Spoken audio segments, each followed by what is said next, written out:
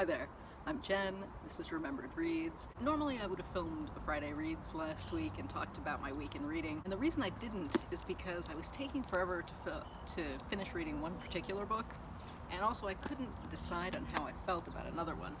And I think in both cases, it's related to the fact that they are franchise fiction. With comic books, the usual thing that people say is that these are corporate comics. They're not owned by the creators. They are, I've seen some people talk about it as essentially paid fan fiction, but that's not really the issue, because I think stuff that's out of copyright, where people write a new Tarzan story or a new Sherlock Holmes story or whatnot, isn't really the same thing as these books where the writers don't have the freedom to fully create their own vision. It's a vision that's a work that's not just, for example, between the artist and author, like a standard creator-owned comic would be, but is partially created by corporate bodies. So some of that does have the same issues that you would have in something that's in the public domain, in that if you write a new Sherlock Holmes story, people are going to go in with the expectations of the characters and you have to deal with that. But at the same time, it's not exactly the same thing, because there isn't a company telling you what you can and cannot write. So this, for example, is called The Iron Age. This is a Marvel book that involves Iron Man going back in time to try to save the world as these stories go. I picked this up specifically because Captain Britain is one of the characters in it, and it also does one of the things that I appreciate, which is it plays with the style of the art. So each chapter, which involves the going back in time, has the old style for a lot of the characters, so you can have and also a mix of styles. The Captain Britain one has that painted style to it. You have some of the old style costumes. So those are all elements that I appreciated seeing, but the story itself is ridiculous nonsense. And I think the dilemma in talking about something like this is that, do you expect something other than ridiculous nonsense?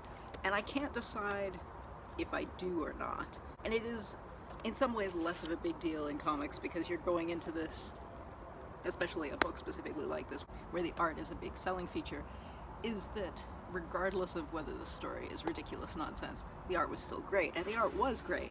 But the story is still a fair amount of this, and I haven't decided how I feel about that. Here comes the trip.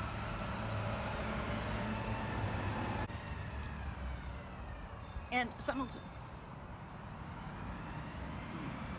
simultaneously with that, I was also reading this Star Wars tie-in novel, Resistance Reborn. This is by Rebecca Roanhorse, who is a science fiction writer on her own. She does her own work. She is not just a corporate writer. And now, I'd heard mixed reviews of this going in. I recently saw Jenna from Bibliofilth talked about this, and I knew going into this would be pretty mediocre.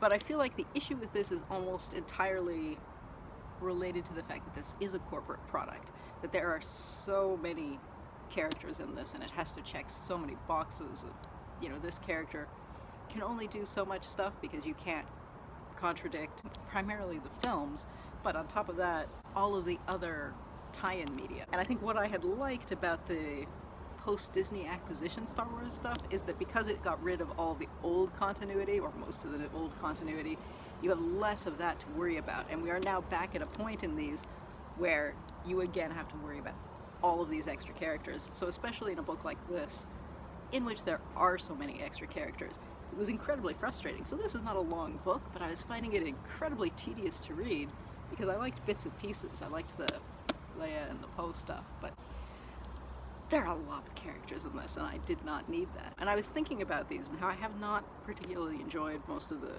tie-ins that are written for an adult market now, because there are obviously also picture books and children's books and young adult books.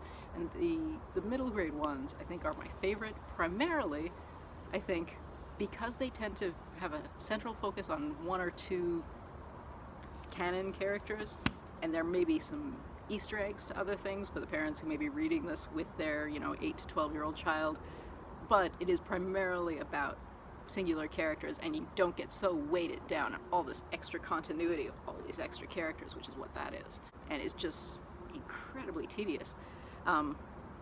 which I think is a dilemma anytime you're dealing with characters that have been around for decades. And I was thinking about that somewhat in the context of I've been debating now picking up this Mass Effect Andromeda tie Annihilation. This is by Catherynne Valente, who again is an author known for her own creator-owned projects. And I think somewhat less worried about this because there have been some terrible Mass Effect tie-in books, but overall they've mostly been decent.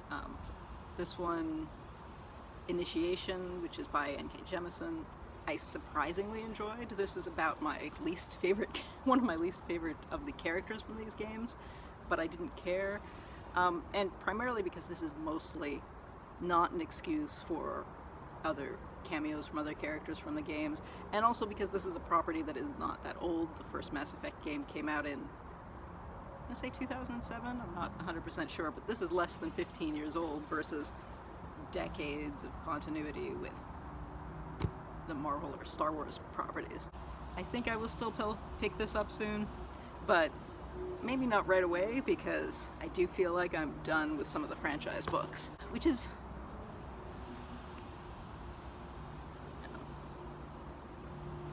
although that said, I do still have some Star Wars comics that I'm working my way through.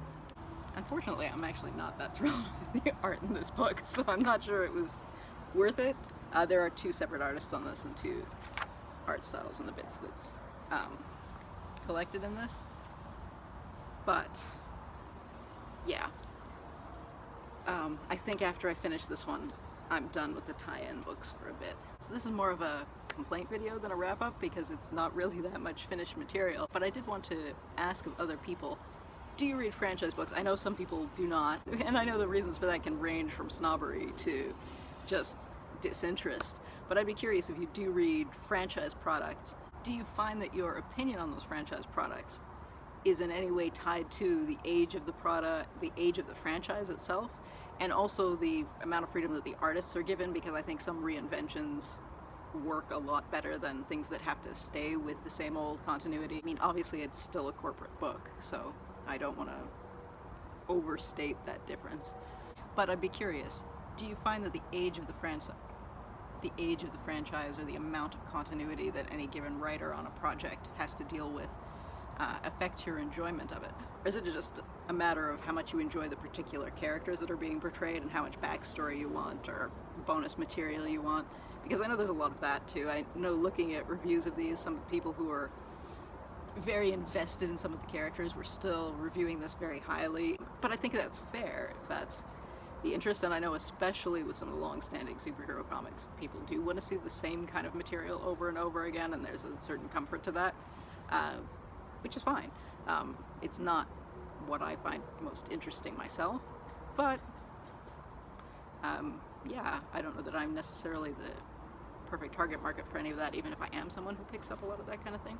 So, I don't know. Anyway, I'd be curious to hear what you think. If you are a snob about franchise fiction, I'd be surprised if you actually watched all of this, but this probably just would serve to convince you that you're right to be a snob about it. But I do think there is some good stuff in franchise fiction sometimes. Yeah, it was not a good week for it in terms of the stuff that I read last week, at least. Anyway, that's it for now. Ciao.